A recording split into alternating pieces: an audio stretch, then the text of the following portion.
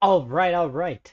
Welcome in, Cubs fans. Good evening, good afternoon. I hope you guys are having a fantastic week. I hope you are enjoying the Thursday off day for the Chicago Cubs.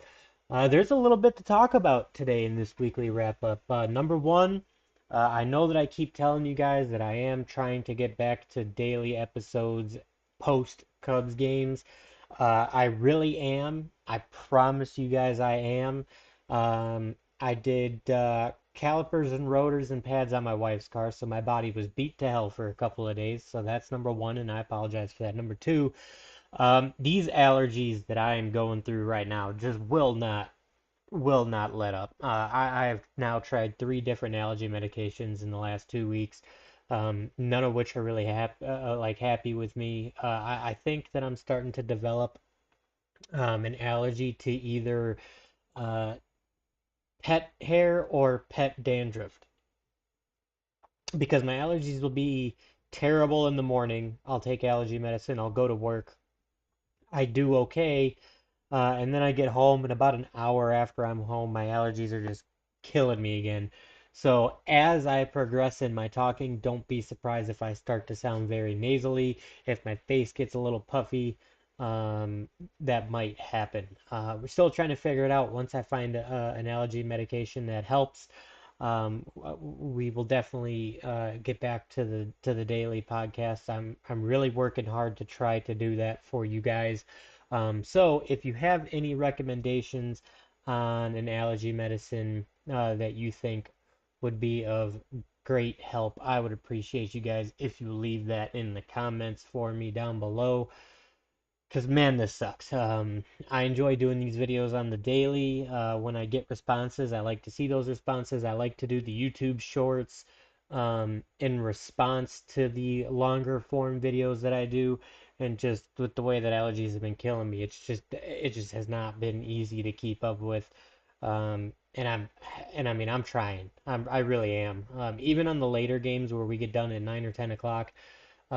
I still am awake for enough time to be able to do a podcast. Now that myself and my wife both have vehicles, it's not that now that I don't have to go pick her up from work, it is easier for me to wake up in the morning, so that's not really such an issue. It's just these allergies just been dogging me, man. Um, so I'm trying really hard for you guys. I am. I hope you guys believe me when I say that. But we will get in to some transactional news first before we go into um, into the breakdowns for scoring, what the offense has been up to, what the pitching's been up to. Um, let's see, we're on the 15th, so 2 days ago, 5/13, the Cubs placed Ian Happ on the 10-day IL retroactive to May 10th for a left oblique strain. Kind of saw that one coming a little bit, not gonna lie. Um, I figured that that would be the case. We've seen Seiya Suzuki have that trip to the IL, I think 3 times in his career now. Council tried to make it sound day by day. With Ian Happ, that could have been a day by day thing, but he just wasn't rebounding, so they decided to put him on the 10-day just to slow him down, really focus on the healing process instead of doing, your daily routine before a game. So I understand that. And, if we're lucky, we should see Ian Happ back at the earliest on Tuesday. However, oh, excuse me, I would not be surprised if he comes off and still takes an extra couple of days because looking at the schedule ahead, if it'll load, come on, no, okay.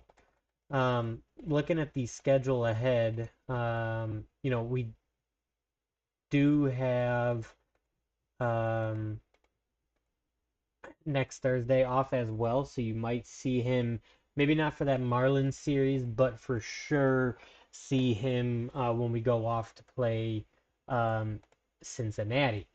Other transactions, one that's really, really surprised me. The Cubs transferred Tyson Miller to the 60-day IL for a left hip impingement. This one is especially shocking to me because I was following his rehab. Um, he didn't really look out of sorts at all during his rehab. As a matter of fact, he was looking really good. Uh, the last time, um, the last time we spoke about Tyson Miller, we went over his stats, and it really looked like he was doing all right. Um, it looked like he was doing all right up until this last game that he was in, whichever day this was. This had to have been probably the 12th, I would imagine, because the last time we checked it was a few days before that, even. Because the last time we had talked about him, he was still rocking a really relatively low ERA. It was like a two, what was it, a two something? Let's see here. Let's see if we could get the last few games. I don't know if it'll show.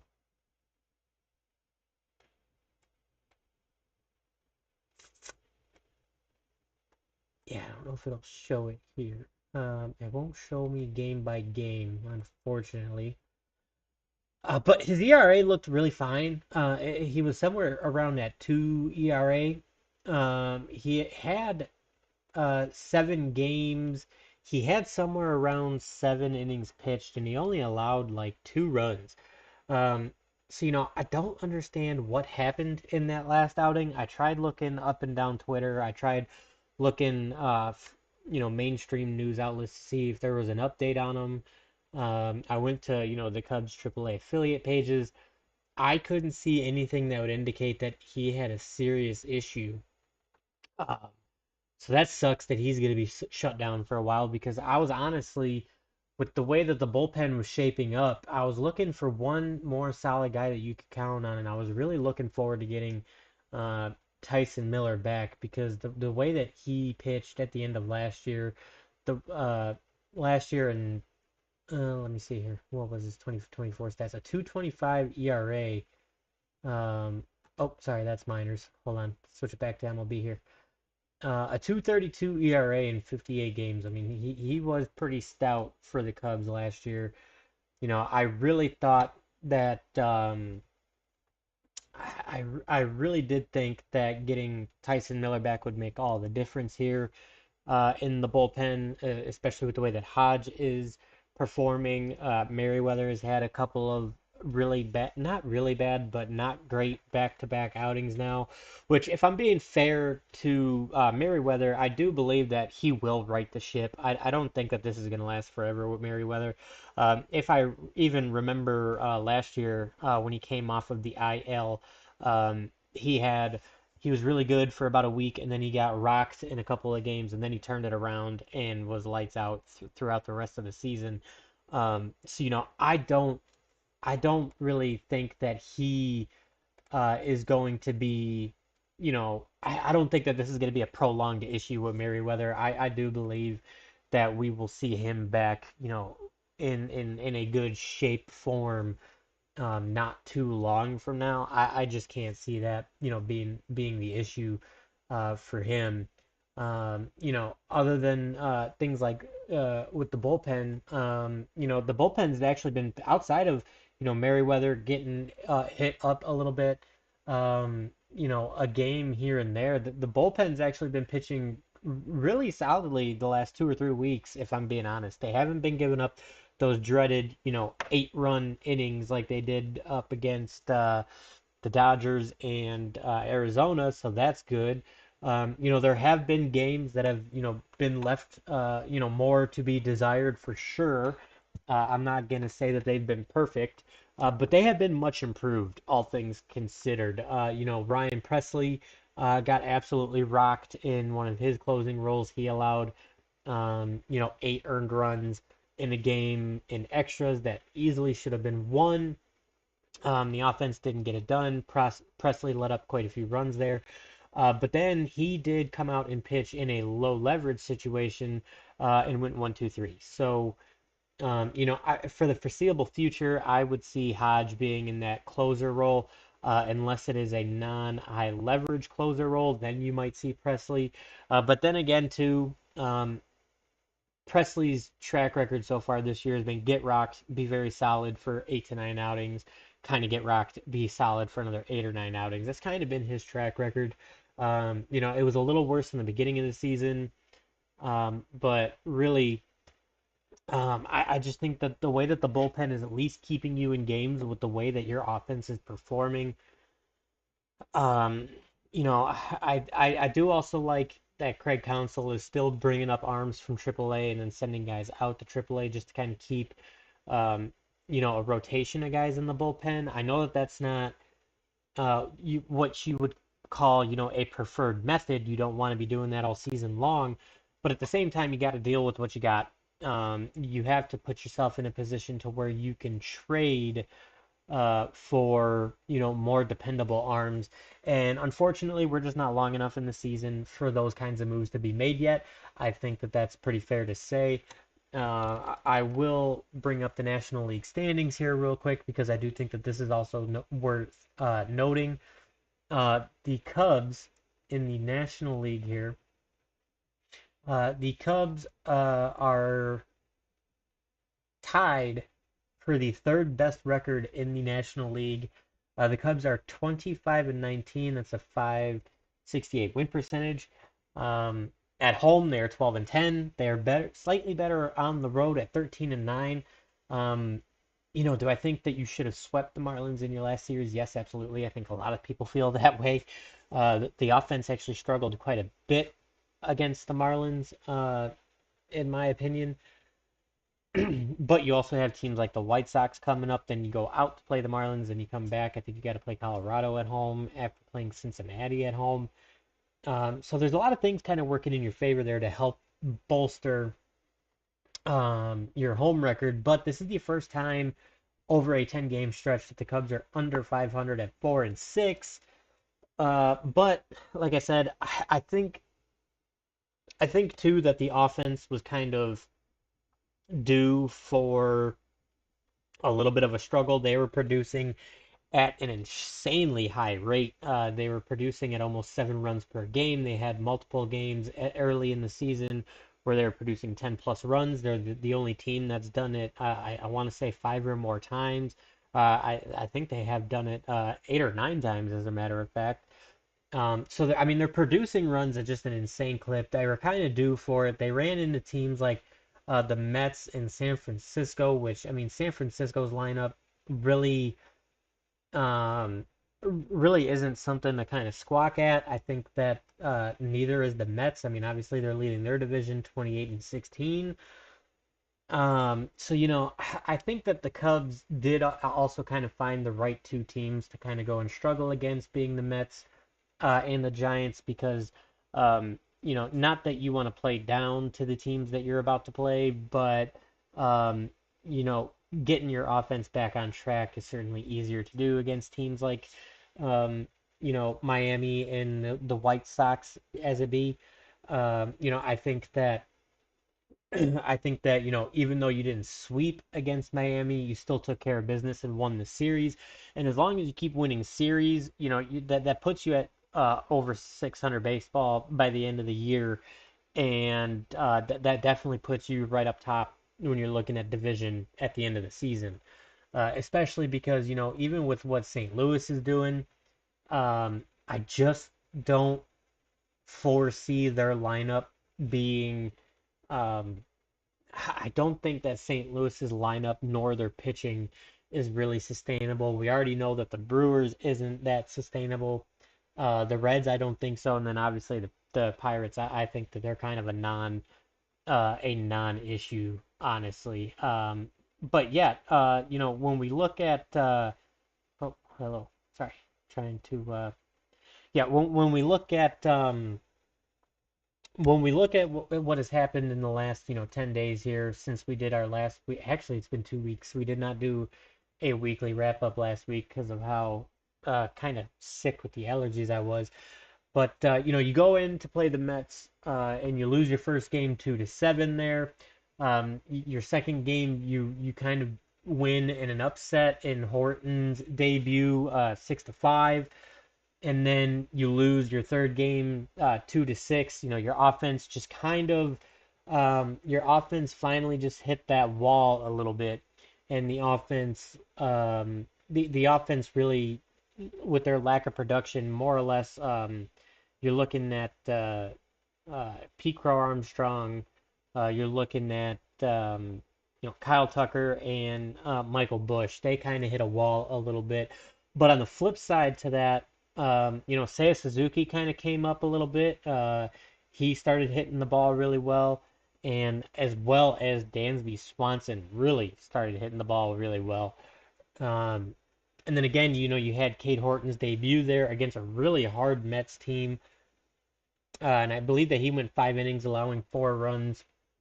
Just really good stuff there. And then, you come in home here, you win 5-2, and then you win 5-4. You walk it off with Justin Turner, which was awesome. I did not have, Justin Turner walk off on my bingo card for the week. I don't think that anyone else really did, if I'm being honest. And then you come into Wednesday and you drop the series finale 3-1. I do think that Kyle Tucker swinging on a 2-0 pitch there in the ninth inning, grounding into a double play was kind of the killer there. Um, or I'm sorry, 0-0, swinging 0-0 at a pitch in the bottom of the ninth was kind of the killer there. It seems like what I saw in the Miami series at least was just not a whole lot of working extraordinary pitch counts. That was kind of the thing. And actually, we could even kind of go back a little bit further into the Mets series. Um, it just seemed like that, pitch counts weren't getting worked overly aggressively, and you weren't really running starting pitching out of the game like you had been doing up until, playing San Francisco and then the Mets. And I think that was kind of one of the key factors there because you weren't burning up bullpens as much. And so, you know, San Francisco and the Mets having as good of bullpens as they have, obviously that doesn't really bode well when you try to go in and win the first game of a series, but when you're not, running the pitcher out, getting into the bullpen, putting up runs against the bullpen to really go through pitchers in the bullpen, that kind of sets up, the opposing team for that third game to have a better chance in that rubber match, and that's kind of how we saw that play out in those series. Obviously, again, the Cubs took care of business the first 2 games against the Marlins.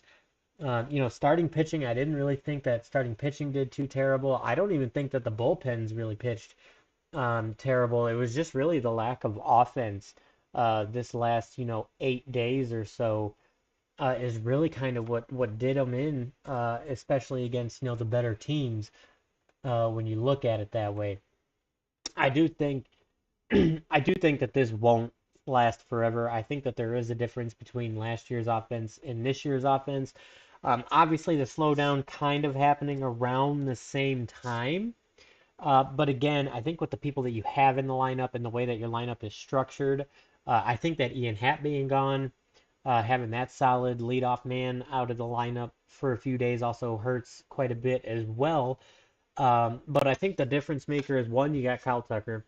He's a superstar. And I think that when Kyle Tucker is right, that's when you see the Cubs putting up, 6, 7, 8, 10 runs, no problem. Because when Kyle Tucker is producing really well, Pete Crow Armstrong is producing really well. They piggyback off of each other extremely effectively.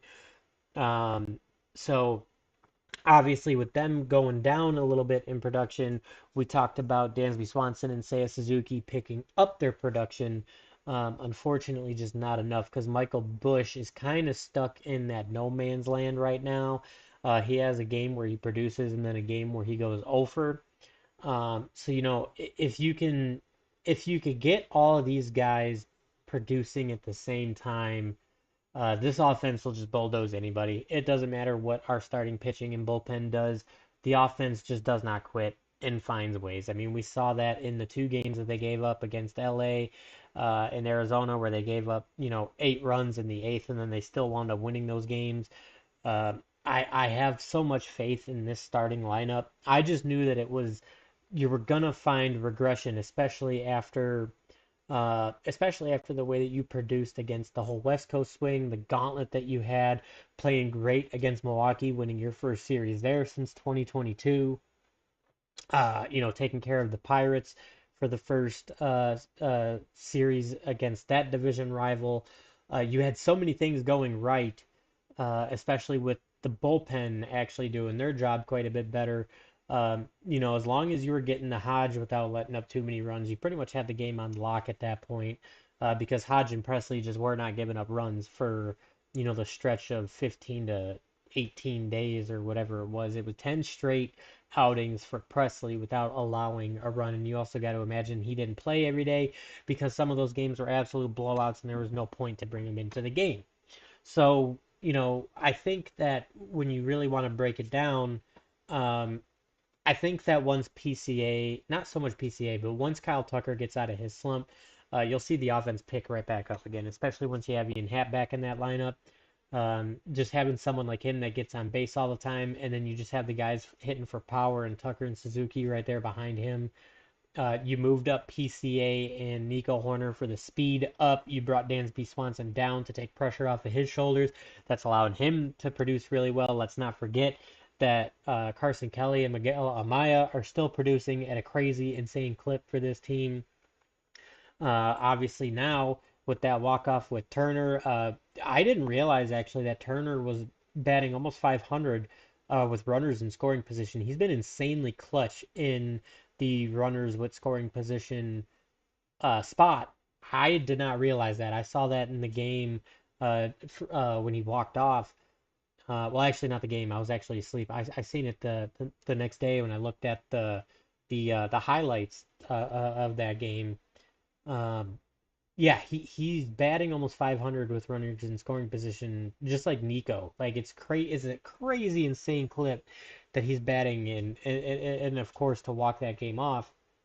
So when he's in a clutch, high leverage at bat situation, he's doing really well. And then um, when John Birdie is playing, better third base, that bodes well. You're also looking at, Matt Shaw coming back up because AAA is saying that, he's ready to come back up. There's a lot of good things that are going on for the Cubs right now. So, am I mad that they didn't sweep Miami? No. As long as you're still winning series. I mean, is it frustrating to not sweep a team like Miami with the lineup that you got? Yeah, sure. I'll go ahead and say that.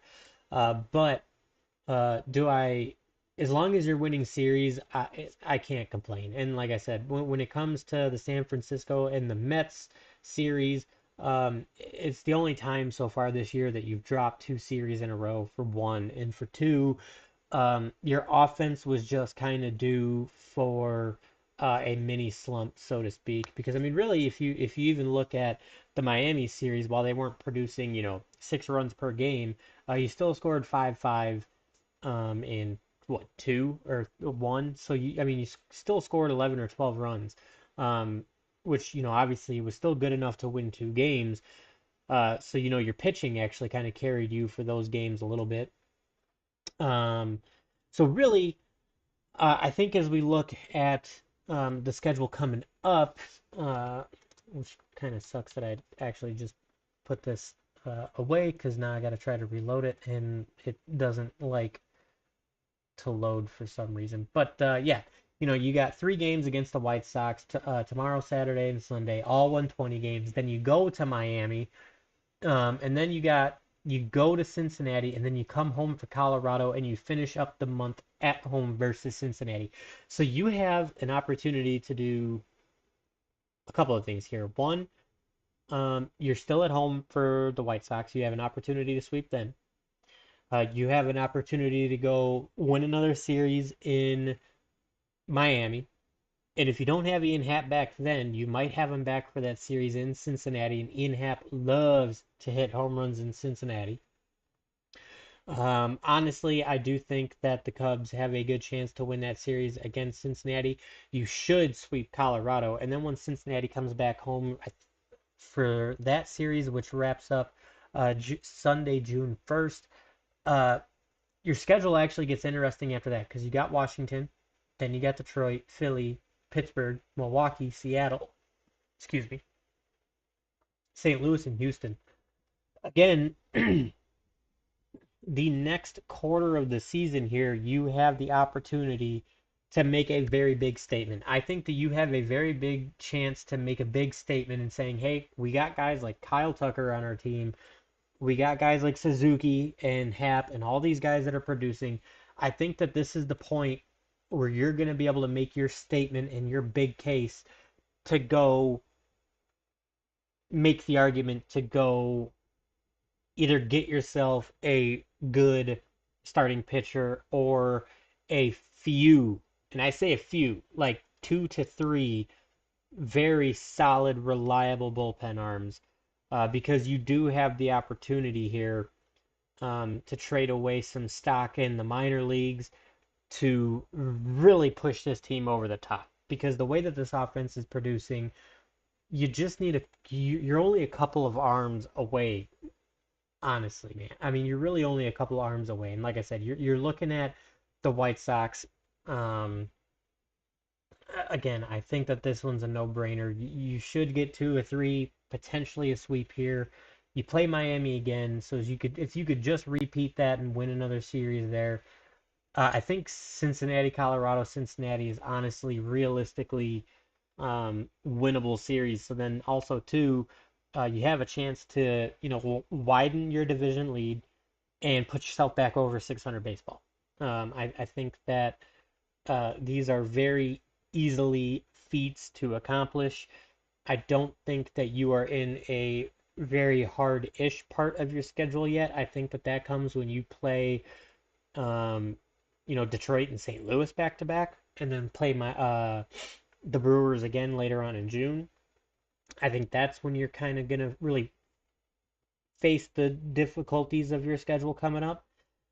So, I mean, you have opportunities all over the place to make statements and prove yourself that you are legit. I mean, to be fair, again, I think that the Cubs record, at I think that the Cubs record here at 25 and 19, I think that they have done more than prove that.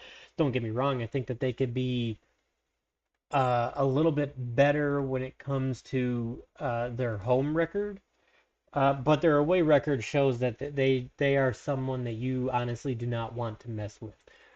Again, I think that you could reflip that win loss over the last 10. I think that you could reflip that into 6-4, 7-3. I think that you could do a lot of things coming up very, very quickly.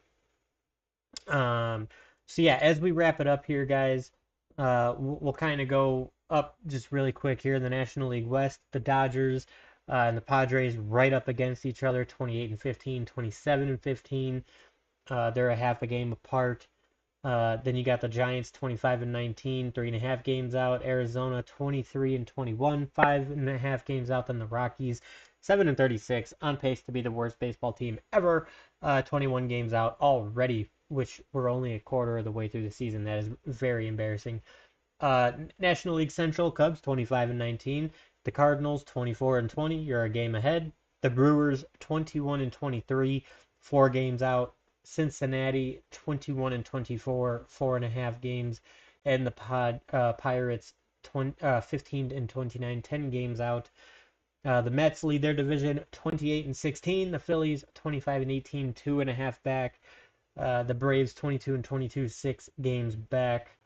The Nationals 18 and 27, 10.5 games back, and the Marlins 16 and 26, 11 games back. So, like I said, guys, to wrap up here, with the schedule coming up, looking into June, now that you have to play the Cardinals, you play the Brewers again, you play Cincinnati, you have a chance to put yourself well back into that 600 percentage bracket, and playing the Cardinals, you have a solid chance to put some distance on the rest of the division.